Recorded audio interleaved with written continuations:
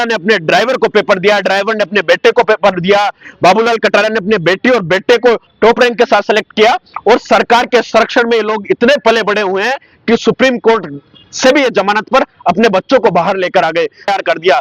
यहां तो पूरे प्रदेश में स्कूलों के हालात जर्जर है, कभी किसी अधिकारी का कमरा गिरता हुआ नहीं देखते हम।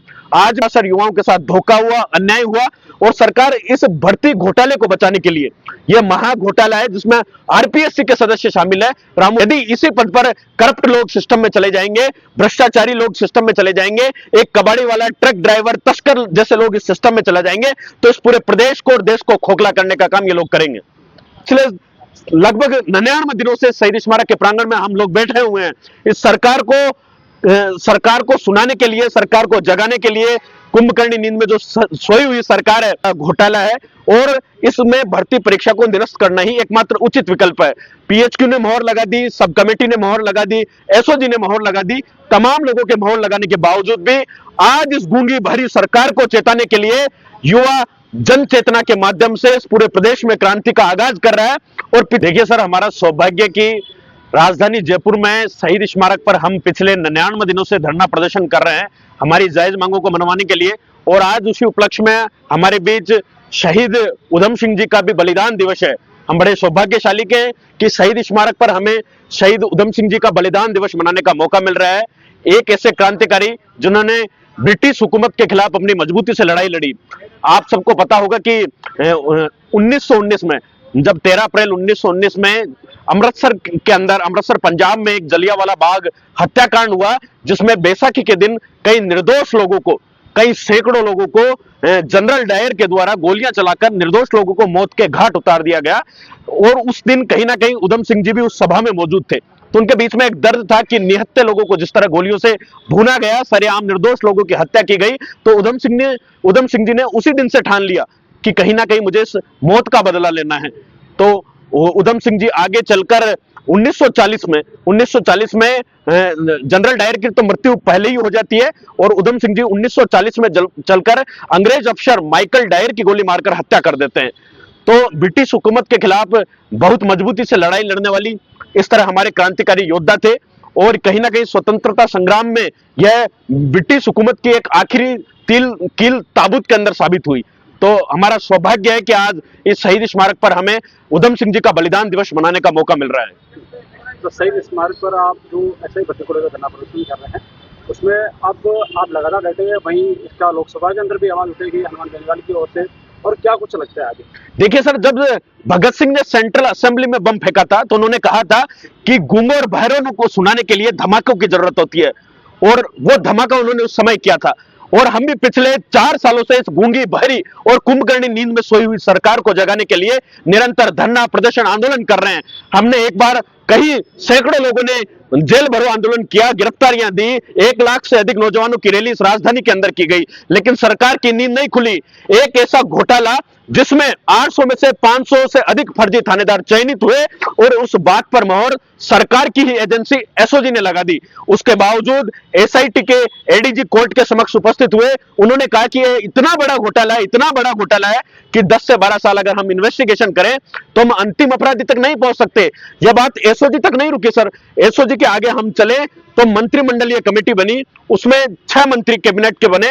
उन 6 मंत्रियों ने स्पष्ट रूप से साबित किया कि यह बहुत बड़ा घोटाला है, और इसमें भर्ती परीक्षा को निरस्त करना ही एकमात्र उचित विकल्प है। पीएचक्यू ने मोहर लगा दी, सब कमेटी ने मोहर लगा दी, एसओजी ने मोहर लगा दी, तमाम लोगों के मोहर लगाने के बावजूद भी आज इस गूंगी भरी सरकार को चेताने के लिए युवा जन चेतना के माध्यम से इस पूरे प्रदेश में क्रांति का आगाज कर रहा है। और पिछले लगभग 99 दिनों से शहीद स्मारक के प्रांगण में हम लोग बैठे हुए हैं, इस सरकार को सुनाने के लिए, सरकार को जगाने के लिए। कुंभकर्णी नींद में जो सोई हुई सरकार है, जो अपने वादे कर सत्ता में आई थी, और आज जो वादा खिलाफी के आरोप जनता लगा रही है, तो कहीं ना कहीं वो खरे साबित हो रहे हैं। हमें माननीय न्यायालय से पूरी उम्मीद है कहीं ना कहीं हमारे साथ न्याय हो पाएगा। जिस तरह लगातार हमारी सुनवाई माननीय न्यायालय के समक्ष हो रही है, और सभी पक्षों को सुना गया, आरपीएससी को भी सुनवाई लगभग पूरी हो चुकी है, ईडी ने भी अपना पक्ष रखा, प्रतिवादी पक्ष के वकीलों ने भी अपना पक्ष रखा, और याचिकाकर्ताओं के वकील की सुनवाई लगातार जारी है। हमें पूर्ण रूप से उम्मीद है कि माननीय न्यायालय इसमें वास्तविक तौर पर न्याय करेगा, और पीड़ितों को इंसाफ मिलेगा, क्योंकि एक थानेदार का पद इतना गरिमा का पद है जो सीधा जनता से डील करता है। और यदि इसी पद पर करप्ट लोग सिस्टम में चले जाएंगे, भ्रष्टाचारी लोग सिस्टम में चले जाएंगे, एक कबाड़ी वाला, ट्रक ड्राइवर, तस्कर जैसे लोग इस सिस्टम में चला जाएंगे, तो इस पूरे प्रदेश को और देश को खोखला करने का काम ये लोग करेंगे। अच्छा, ऐसा ही भर्ती का एक मुद्दा कोर्ट में चल रहा है, लेकिन उसके बावजूद एक नई भर्ती भी सरकार ने निकाली है, उसको लेकर क्या? देखिए सर, ये सरकार ने झुंझुना पकड़ाया है। इस बार भर्ती निकाल दी, इससे पहले भी इन्होंने 2-3 बार ऐसी सुगबुगाहट प्रदेश के नौजवानों के बीच की कि हम भर्ती निकालने वाले हैं, ताकि इस भर्ती से प्रदेश का नौजवान गुमराह हो जाए।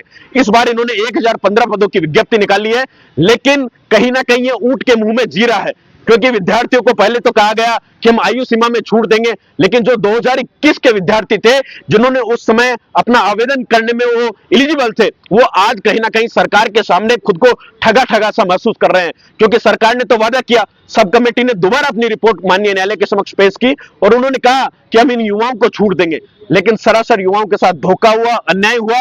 और सरकार इस भर्ती घोटाले को बचाने के लिए, यह महा घोटाला है जिसमें आरपीएससी के सदस्य शामिल है, रामू राम रायका, बाबूलाल कटारा, कटारा ने अपने ड्राइवर को पेपर दिया, ड्राइवर ने अपने बेटे को पेपर दिया, बाबूलाल कटारा ने अपने बेटी और बेटे को टॉप रैंक के साथ सेलेक्ट किया। और सरकार के संरक्षण में ये लोग इतने पले बड़े हुए हैं कि सुप्रीम कोर्ट से भी ये जमानत पर अपने बच्चों को बाहर लेकर आ गए। तो कहीं ना कहीं आने वाले समय में जितने भी फर्जी थानेदार हैं, 103 से अधिक आरोपियों की अब तक गिरफ्तारी हो चुकी है, एक एक करके सारे थानेदार सिस्टम में आएंगे और इस सिस्टम का गला घोटने का काम करेंगे और प्रदेश में लूट खसोट का माहौल होगा। जो पुलिस का ध्येय वाक्य है कि आमजन में विश्वास, अपराधियों में डर, यह कहीं ना कहीं चरितार्थ होता हुआ नजर नहीं आ रहा है। राजस्थान के अंदर हाल ही के अंदर जो जिस पर कि स्कूलों में जो घटनाएं घटित हो रही है, जिसमें कई सारे दर्जन भवन गिर रहे हैं, और खास करके झालावाड़ और जैसलमेर की जो घटनाएं थे, उन्होंने कहीं ना कहीं राजस्थान को झकझोर के रख दिया। उसको किस प्रकार से देखते हैं? देखिए सर, ये सारी घटनाएं रूह कपा देने वाली है, क्योंकि पूरे प्रदेश में स्कूलों की व्यवस्था बहुत जर्जर है। कई सैकड़ों नहीं हजारों भवन जर्जर अवस्था में है, लेकिन उनकी कोई देखभाल नहीं की जाती है। अभी जो हाल ही में जो हादसा झालावाड़ के अंदर मनोहर थाना में हुआ, वो वास्तव में हृदय विदारक घटना है। 7 मासूम बच्चों, उनकी नौनिहालों की जिंदगी लील लेने का काम प्रदेश की सरकार ने किया और सरकार ने उन 3 जो अध्यापक थे उनको निलंबित करने का काम किया। उनकी कोई गलती नहीं है साहब, ये पूरा सिस्टम करप्ट है। सीबीओ से लेके डीईओ से लेके शिक्षा सचिव से लेके शिक्षा मंत्री, सब इसके दोषी हैं। शिक्षा मंत्री एक और कहते हैं कि मैं इस घटना को अपनी जिम्मेदारी निभाता हूं, जिम्मेदारी मानता हूं, तो आपको नैतिकता के नाते अपना इस्तीफा दे देना चाहिए। लेकिन इन लोगों के खिलाफ आज कोई बोलने वाला नहीं है। लेकिन मैं धन्यवाद देना चाहूंगा हमारे सांसद हनुमान बेनीवाल को। अगर ऐसा ही भर्ती का मामला आया तो भी संसद में उठाने की अगर किसी ने ताकत रखी तो प्रदेश का नागौर का सांसद लड़का हनुमान बेनीवाल था। स्कूलों के साथ अभी ये जो हादसा हुआ, पूरे प्रदेश में जो जर्जर भवन जिस हालात में है, अगर इसका मुद्दा भी अगर तुरंत किसी ने उठाया तो हमारे सांसद हनुमान बेनीवाल ने उठाया। तो ऐसे लड़ाका सांसद को मैं बहुत बहुत धन्यवाद देना चाहूंगा कि वो पूरे प्रदेश की राजनीति, देश की राजनीति में अपना वर्चस्व रखते हुए 70 दिनों से अधिक तक हमारे बीच में रहे और हाल ही में जो संसद चल रही है उसमें अपनी पुरजोर तरीके से मजबूती से प्रदेश की भूमिका निभाते हुए नजर आ रहे हैं। मुझे पूर्ण उम्मीद है कि सरकार तो कहीं ना कहीं न्याय नहीं कर रही, लेकिन न्यायपालिका कहीं ना कहीं न्याय करेगी, एसआई भर्ती का फैसला करेगी, इसको रद्द करने का काम करेगी। और जो पूरे प्रदेश में एक डर का, भय का माहौल है, बच्चों का कहना है कि हम स्कूल नहीं जाएंगे साहब, क्योंकि उन्होंने वो हृदय विदारक घटना देखी है, वो ऐसा हादसा देखा है जिसको वो अपने दिमाग से भी नहीं निकाल पा रहे। तो कहीं ना कहीं ये रूह कपा देने वाली है। सरकार को संज्ञान लेना चाहिए और इन जर्जर भवनों की हालत तय करनी चाहिए, क्योंकि एक और हम देखते हैं कि जो नया संसद भवन है वो बनकर तैयार हो गया और पुराने की हालात है उसमें भी कुछ नहीं हुआ, लेकिन नया तैयार कर दिया। यहाँ तो पूरे प्रदेश में स्कूलों के हालात जर्जर है, कभी किसी अधिकारी का कमरा गिरता हुआ नहीं देखते हम। आज भी जो महारानी महाविद्यालय में जो हादसा हुआ वो वास्तव में बहुत बड़ी घटना है। तो कहीं ना कहीं हाल ही में एक गेट गिरने से एक मासूम बच्चे की मौत हो गई। तो पूरे प्रदेश में ऐसे हादसे आए दिन हो रहे हैं, लेकिन सरकार आंखें मूंद कर बैठी हुई है।